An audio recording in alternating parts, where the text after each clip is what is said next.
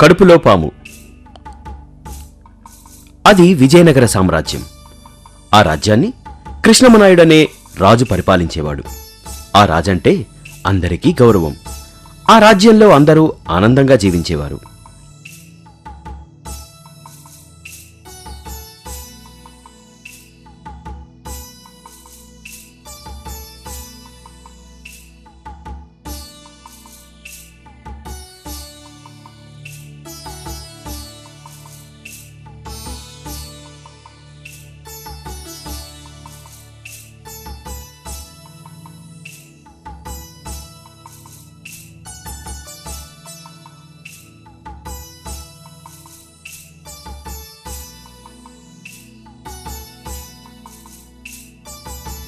ఆ దంపతులకి విజయకేతుడు అనే కుమారుడుండేవాడు. అతడు గత కొన్ని రోజులుగా అనారోగ్యంతో ఉన్నాడు. ఆ విషయమై ఆ మహారాజు అసంతృప్తిగా ఉన్నాడు. యువరాజు కోసం ఎందరో వైద్యుల్ని వివిధ రాజ్యాల నుంచి రప్పించాడు మహారాజు. ఆయన అతడు బాగుపడలేదు.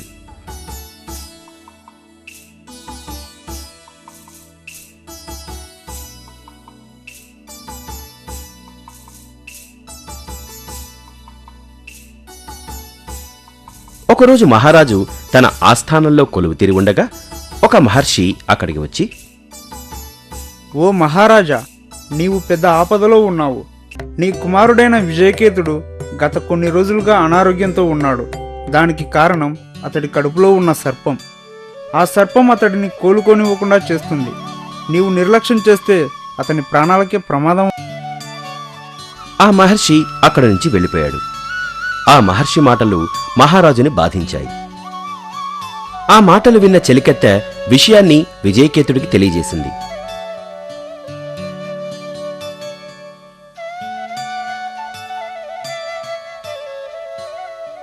జరిగింది తెలుసుకున్న అతడు చాలా బాధపడ్డాడు.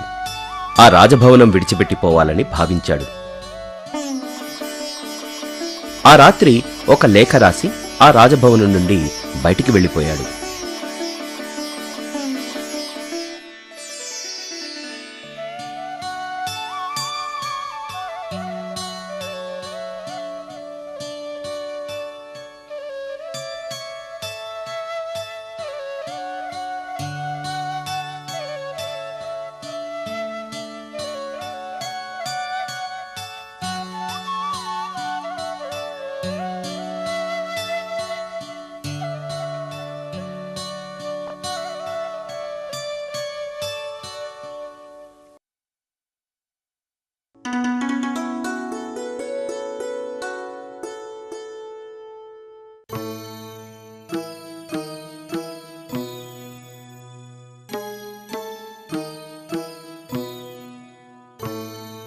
అమ్మా కృష్ణప్రియ, వివాహంపై నీ అభిప్రాయం ఏమిటి? నీవు ఎలాంటి వారిని నీ భర్తగా పొందాలనుకుంటున్నావు? నాన్నా, నాకు అన్ని సుగుణములు కలిగి అన్ని విద్యల్లో ప్రవీణుడైన యువరాజుని భర్తగా పొందాలనుకుంటున్నాను. అమ్మా కౌసల్య, నీ అభిప్రాయం ఏమిటి? నాన్నా, నాకు ఎలాంటి కోరికలు లేవు. నా నుదుటన ఎలా రాసి ఉంటే అలా జరుగుతుంది. ఏమిటి? మన తలరాత ఎలా ఉంటే అలా జరుగుతుందా? అయితే అందులో మన కృషి ఏమాత్రం లేదంటావా? మనకు మంచి చెడు తలరాతపై ఆధారపడి ఉంటాయా? ఆ సమాధానానికి మహారాజుకి ఆగ్రహం కలిగింది. తన ఆవేశాన్ని ఆపుకోలేకపోయాడు. భటులారా, ఒక ముక్కు మొహం తెలియని అనామకుడిని తీసుకురండి. ఈ యువరాణితో వివాహం జరిపించాలి. మహారాజా వందనం. అలాగే, ఇప్పుడే అలాంటి వాడిని తీసుకుని వస్తాం. ఆ భటులు అలాంటి వాడి కోసం అంతా గాలించారు. చివరికి ఒకచోట దేవాలయంలో వారికి విజయకేతుడు కనిపించాడు. విజయకేతుణ్ణి రాజుగారి ముందు ప్రవేశపెట్టారు ఆ భటులు. ఓ బాటసారి, ఎవరు నీవు? మహారాజా, నేను పక్క రాజ్యానికి సంబంధించిన వాడిని. దేశయాత్ర చేస్తూ ఇలా వచ్చాను. చూడు బాటసారి, నీకు మా కుమార్తెతో వివాహం జరిపించాలని నిశ్చయించాను. మహారాజా, అది ఇక ఏమీ మాట్లాడకు. ఇక్కడ మేము చెప్పేదే జరగాలి. విజయకేతుడి వివాహం కౌశల్యతో జరిగింది.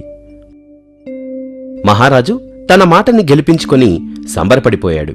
పెళ్లి తర్వాత ఆ దంపతులు అక్కడి నుండి దేశయాటనకు బయలుదేరారు.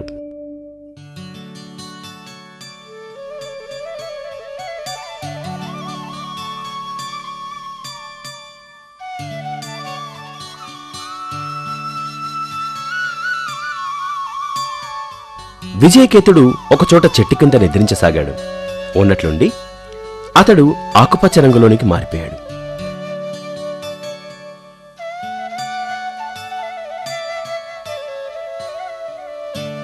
అతనిపై ఒక చిలక వాలింది.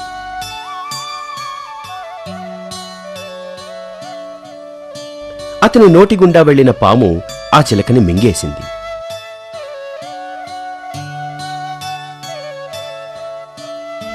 ఆ హఠాత్ పరిణామానికి విస్తుపోయింది కౌసల్య.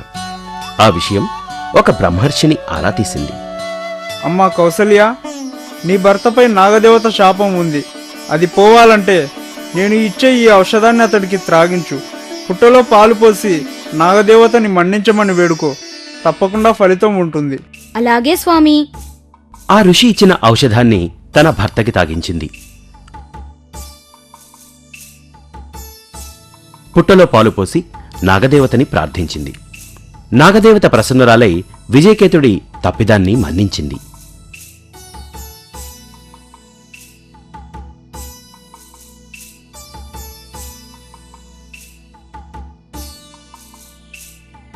విజయకేతుడు ఆరోగ్యంగా మారిపోయాడు. విజయకేతుడి కోసం వెదికిన మహారాజు విజయకేతుణ్ణి తన రాజ్యానికి రప్పించాడు.